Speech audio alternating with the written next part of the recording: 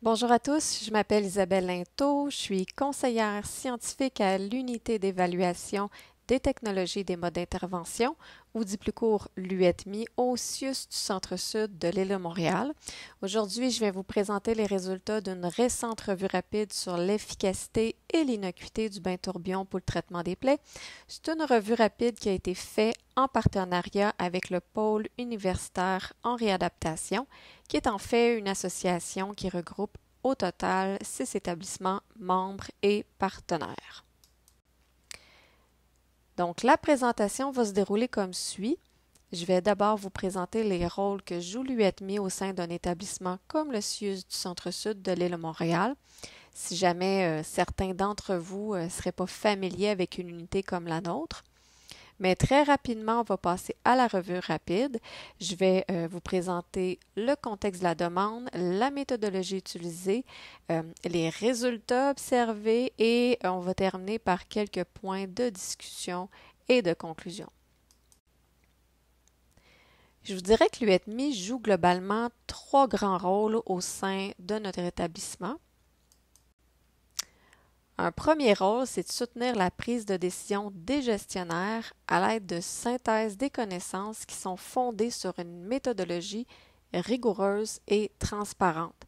Ça peut être des revues rapides, des évaluations des technologies des modes d'intervention, ce que l'on nomme généralement ETMI, et des guides de pratique.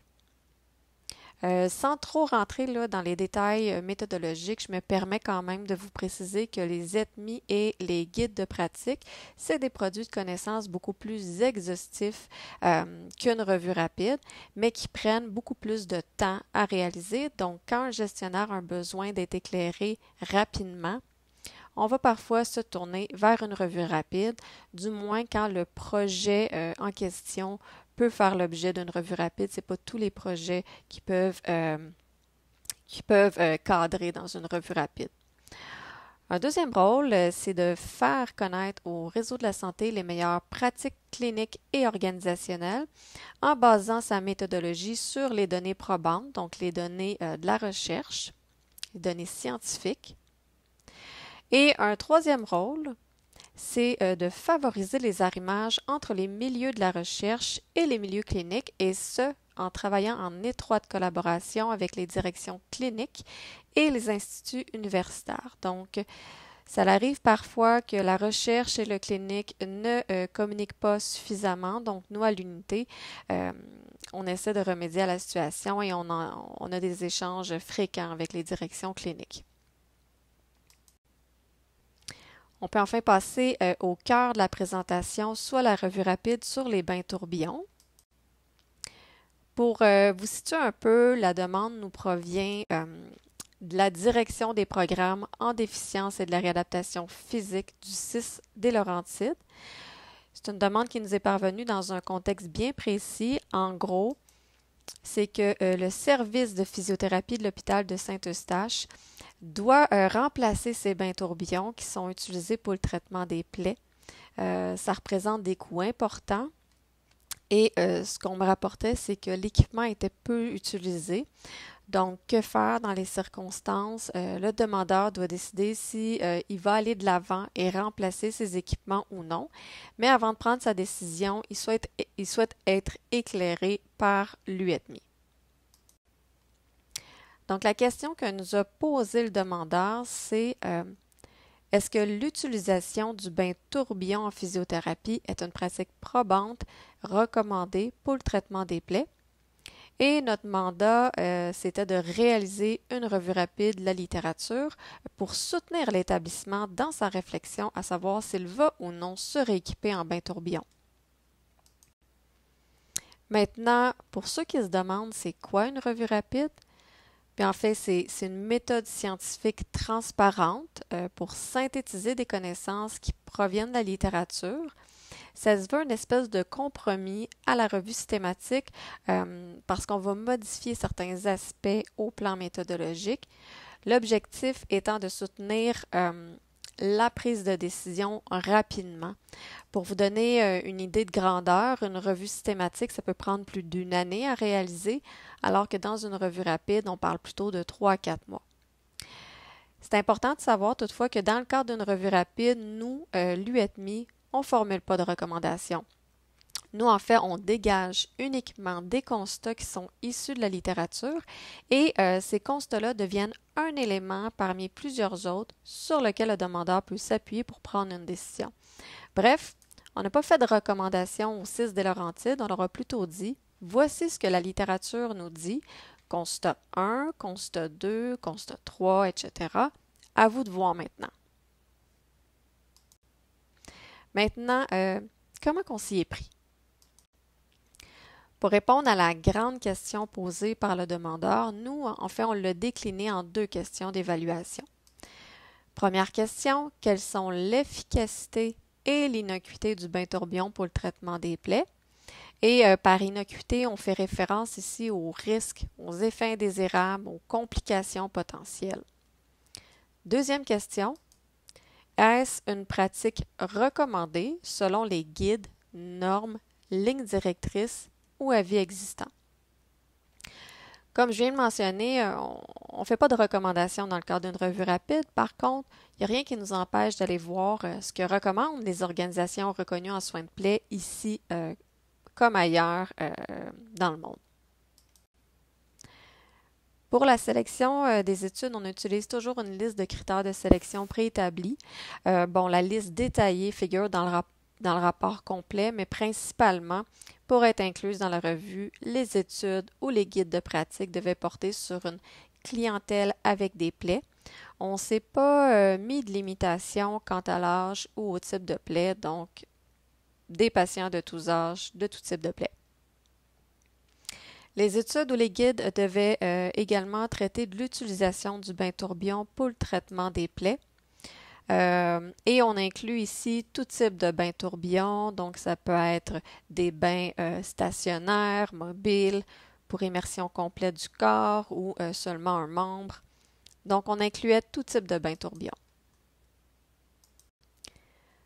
On devait aussi retrouver dans les publications des résultats utiles pour répondre aux questions d'évaluation. Pour la première question, les études devaient rapporter soit des résultats sur l'efficacité du bain tourbillon, soit des résultats sur son innocuité. Pour la deuxième question, les guides de pratique en soins de plaie devaient inclure des recommandations sur l'utilisation du bain tourbillon. Autrement, on ne les retenait pas. Pour ce qui est des critères d'exclusion, on exclut bien évidemment toute étude ou guide de pratique qui ne portait pas sur une clientèle avec des plaies, ça va de soi. On a aussi exclu de la revue les autres formes d'hydrothérapie puisque le questionnement du demandeur se limitait au bain tourbillon. S'il était question de jacuzzi, de spa que l'on peut avoir chez soi, à la piscine publique, à l'hôtel, etc., c'était exclu. Il fallait vraiment qu'il soit question de bain tourbillon utilisé à des fins, si on veut, médicales. On a aussi exclu les études lorsque les résultats portaient sur la contamination du matériel et non de l'usager. Pour la recherche documentaire, on a adopté une stratégie de recherche différente selon la question d'évaluation. Première question, on a consulté 3 bases de données scientifiques, Medline, AllIBM Reviews et Embase. Et le type de document recherché, c'était des études scientifiques. Pour la deuxième question, sur les recommandations à propos du bain tourbillon, on a consulté 11 sites web d'organisations reconnues en soins de plaie et d'organisations savantes en santé. Et ce qu'on recherchait comme type de document, c'était des guides, des normes, des lignes directrices, des avis, bref, des documents qui comprennent des recommandations provenant d'organisations crédibles. Pour la sélection des documents, ça s'est fait à l'aveugle pour la première question. Donc, chacun de son bord, mon collègue et moi, on évaluait l'admissibilité des études en fonction des critères de sélection préétablis. Et si on avait un désaccord sur l'inclusion ou l'exclusion d'une étude, on en discutait jusqu'à l'obtention d'un consensus. Pour la deuxième question, la sélection des documents a été faite uniquement par moi. En fait, c'est plus difficile de faire une évaluation en interjuge quand on fouille des sites web. Pour l'évaluation de la qualité méthodologique, on a utilisé deux grilles standardisées, le MMAT pour les études scientifiques, la grille AGRI 2 pour les guides de pratique.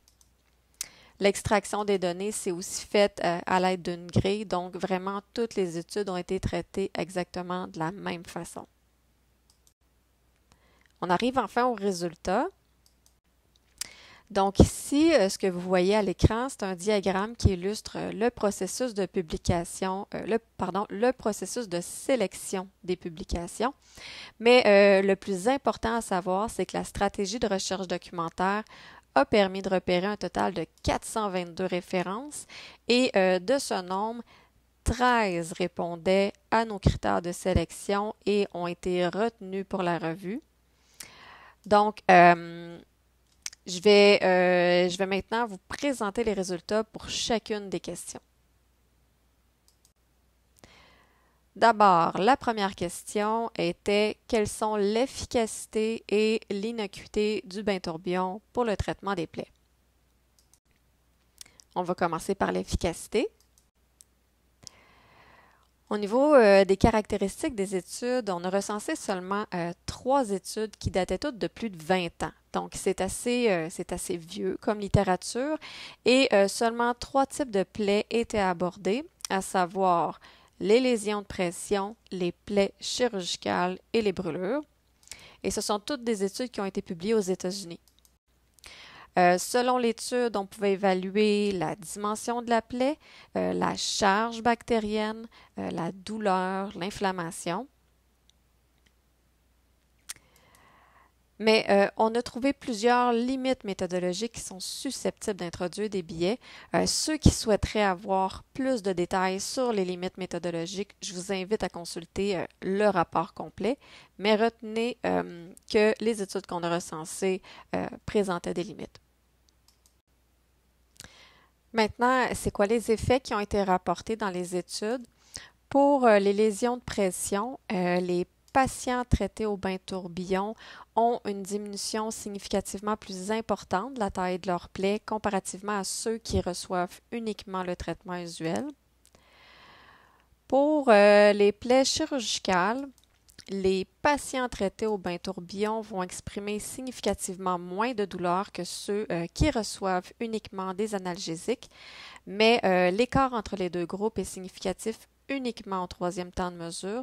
Donc, on peut penser que l'effet du bain tourbillon n'est pas nécessairement immédiat et que ça prend quelques traitements avant de voir des effets. Les patients également vont présenter significativement moins d'inflammation que le groupe traité avec des analgésiques seulement. Pour les brûlures, le simple fait d'être immergé dans un bain tourbillon, c'est pas suffisant pour diminuer de manière significative les bactéries à la surface de la peau. Il faut en fait ajouter de l'hypochlorite de sodium à l'eau pour voir un effet sur le nombre de bactéries. Maintenant, est-ce que c'est la combinaison des deux, bain tourbillon plus additif, qui permet de réduire le nombre de bactéries? Ou est-ce que c'est uniquement l'additif? Ça, l'étude ne nous permet pas de le confirmer. Donc, en bref, les études rapportent des résultats plutôt positifs, mais gardez bien en tête qu'on parle ici des résultats de seulement 3 études et que les études présentent plusieurs limites méthodologiques qui minent en fait la confiance qu'on peut avoir en leurs résultats. On passe maintenant à l'innocuité du bain tourbillon, donc tout ce qui concerne les effets secondaires, les risques, les complications potentielles. Le portrait est assez similaire aux études d'efficacité. Donc, on a recensé seulement 3 études qui dataient cette fois de plus de 25 ans, donc c'est des études encore plus vieilles. Et toutes les études examinent les risques d'infection nosocomiale à la bactérie Pseudomonas aeruginosa, En dehors de ce risque d'infection-là, il n'y a aucun autre effet indésirable ou complication potentielle qui est évalué dans les études retenues. Ça, c'est quelque chose qui m'a quand même surpris parce que lors de la recherche exploratoire de la littérature qu'on a fait avant de débuter les travaux, il y a certains auteurs dans la littérature qui mentionnaient que le bain tourbillon pouvait causer des dommages au tissu de granulation, de la macération, de l'hypertension veineuse, de la congestion vasculaire. Mais d'après les résultats de notre revue, ça ne semble pas avoir été étudié. Il y a seulement 2 types de plaies qui sont abordées, plaies chirurgicales et brûlures. Et cette fois, c'est des études qui nous proviennent du Canada, de l'États-Unis et de la France. Selon l'étude, on pouvait évaluer le taux d'infection à la bactérie, les origines de l'éclosion, donc est-ce que c'est le bain tourbillon, les facteurs de risque, donc est-ce que le bain tourbillon constitue un facteur de risque d'infection. On examinait également le taux de mortalité et autres. Encore une fois, on a trouvé plusieurs limites méthodologiques qui sont susceptibles d'introduire des biais. Voilà, donc avant de passer à la prochaine diapo, c'est important de mentionner, en fait, ça se peut que certains d'entre vous sont surpris, en fait, là, qu'on ait seulement retenu 3 études sur les risques d'infection associés au bain tourbillon. En fait, là, la réalité, c'est qu'on a recensé plusieurs études, mais la majorité d'entre elles ont été exclues. Pour certaines, c'était des études de cas, mais nous, dans le cadre d'une revue rapide, on ne retient pas ce genre d'études-là car c'est trop anecdotique comme résultat, c'est pas assez robuste. On ne peut pas parler de données probantes. Certaines études ont aussi été exclues parce que c'était des études qui avaient été menées auprès d'une autre population que celle avec des plaies et ça nous apparaissait trop risqué de généraliser leurs résultats à notre population. Je pense que je ne vous apprends rien en vous disant que les risques d'infection ne sont pas nécessairement les mêmes quand il est question de patients avec une peau intacte versus des patients avec des plaies. Finalement, il y a d'autres études qu'on a exclues parce qu'on examinait uniquement la contamination du matériel ou de l'eau et non pas la contamination des usagers du bain tourbillon. D'un point de vue méthodologique, c'était trop indirect comme preuve. Pour se prononcer en fait sur les risques d'infection, ça nous prend vraiment des études qui mesurent les impacts sur les patients. Les résultats des 3 études sont assez partagés. Dans 2 études, on mentionne que le bain tourbillon, c'est un vecteur de transmission à la bactérie Pseudomonas aeruginosa. Par contre, dans l'une de ces études-là, on souligne qu'une procédure de désinfection adéquate a permis de réduire de manière considérable le risque d'infection. Puis, selon une autre étude, tout ce qui est hydrothérapie, dont le bain tourbillon, ça ne serait pas un facteur de risque d'infection. Mais bon, gardez, encore une fois, c'est important de garder en tête qu'on parle ici des résultats de seulement 3 études avec des limites méthodologiques importantes. Aussi, les pratiques de prévention et de contrôle des infections, je me dis que ça a certainement évolué au cours des 25 dernières années. On peut donc se demander si les risques rapportés sont les mêmes en 2022.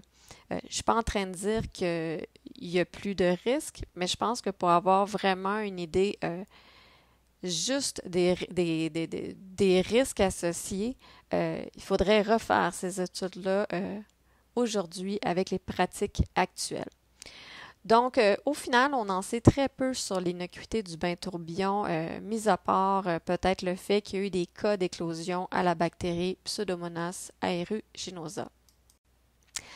On arrive à la deuxième question qui, pour rappel, était est-ce que l'utilisation du bain tourbillon est une pratique recommandée pour le traitement des plaies? J'ai mis ici le guide entre guillemets parce que on inclut aussi d'autres types de documents là, avec des recommandations, des documents qui étaient produits par des organisations crédibles en soins de plaies. Au total, on a recensé, on a retenu pas on a retenu. On a recensé 20 guides, on a consulté 20 guides, mais là-dessus, il y en a seulement 7 qui ont été retenus. En fait, dans la majorité des guides, on ne fait tout simplement pas référence au bain tourbillon. C'est comme si c'était une pratique qui n'existait pas. Donc, c'est quand même en soi un résultat de savoir que c'est une minorité de guides qui font référence au bain tourbillon pour le traitement des plaies. Contrairement aux études scientifiques sur l'efficacité et l'innocuité, les guides retenus sont plus récents, à l'exception d'un document qui a été publié en 2003. Les guides datent toutes des 10 dernières années, c'est-à-dire de 2012 à 2021. Donc, c'est plus récent. Les types de plaies couverts, on avait 3 guides qui portaient sur les lésions de pression, un sur les ulcères veineux, un tout type de plaies chroniques et 2 c'était tout type de plaies. Pour les guides, en fait, la majorité proviennent des États-Unis, un provient du Canada et un est en fait une collaboration de 3 organisations qui proviennent de l'Europe, des États-Unis et de la région Pan-Pacifique. J'ai l'impression de me répéter un peu là, mais en fait, encore une fois, la qualité méthodologique des guides était très variable d'un document à l'autre. Au niveau des recommandations, la majorité des guides ne sont pas favorables à l'utilisation du bain tourbillon pour le traitement des plaies. Concrètement, soit qu'ils recommandent de ne pas l'utiliser, soit qu'ils affirment ne pas avoir suffisamment de preuves pour faire des recommandations sur son utilisation. Et de toutes les recommandations que j'ai lues, je pense que celle de l'American Physical Therapy Association est la plus, disons, tranchée. On le voit à l'écran. Don't use whirlpools for wound management. Ça a le mérite d'être clair. Dans 2 guides, on est plus nuancé, donc on ne va pas avoir une opposition catégorique au bain tourbillon, mais on va mentionner qu'on devrait privilégier des techniques antiseptiques alternatives lorsqu'elles sont disponibles, qu'on ne devrait pas utiliser de façon systématique le bain tourbillon, que c'est important en premier lieu d'évaluer les risques et les bénéfices. Et on devrait éviter son utilisation en présence d'insuffisance veineuse. Des risques ou complications potentielles sont soulevés pour justifier le non-recours au bain tourbillon ou une utilisation, disons, plus limitée, notamment risque d'infection, macération cutanée, dommages aux tissus fragiles, hypertension, congestion vasculaire.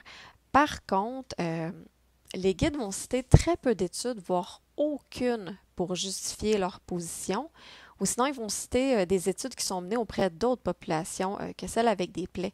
Bref, c'est très mou là, comme preuve et j'inclus ici le document de la PTA. Maintenant, je me suis beaucoup demandé pourquoi il y a si peu d'études qui ont été recensées et pourquoi aucune d'entre elles n'est récente et pourquoi seulement 35% des guides recensés abordent la question du bain tourbillon. Une première hypothèse, c'est que la méthodologie de la revue rapide n'est pas parvenue à repérer l'ensemble des documents pertinents. On n'a pas le choix d'émettre cette hypothèse-là, mais dans les faits, on est pas mal certain d'avoir tout trouvé. On a comparé nos résultats de recherche à ceux d'autres revues de la littérature et il n'y a aucune de ces revues-là qui nous a permis de repérer de nouvelles références qui répondaient à nos critères de sélection.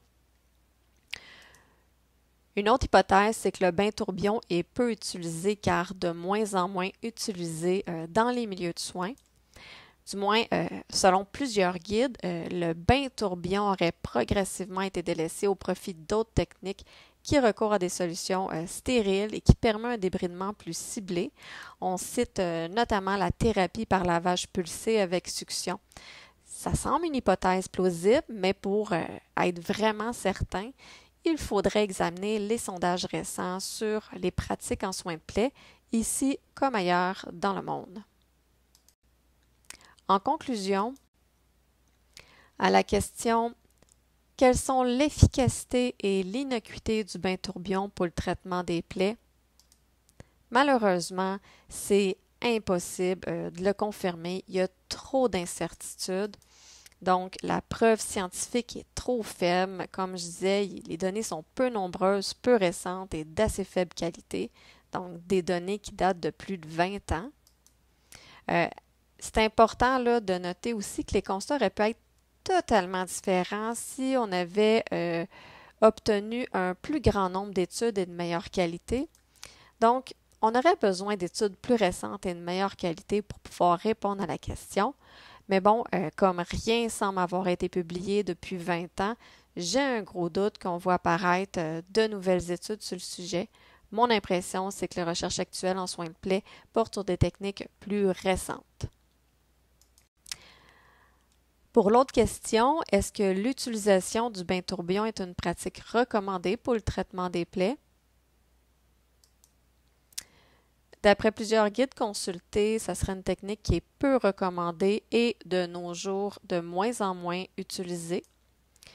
Mais gardez bien en tête, encore une fois, que les guides se basent pas sur grand-chose là, pour affirmer que le bain tourbillon devrait plus être utilisé. Je veux dire, ils n'ont pas trouvé plus d'études que nous, là, les guides.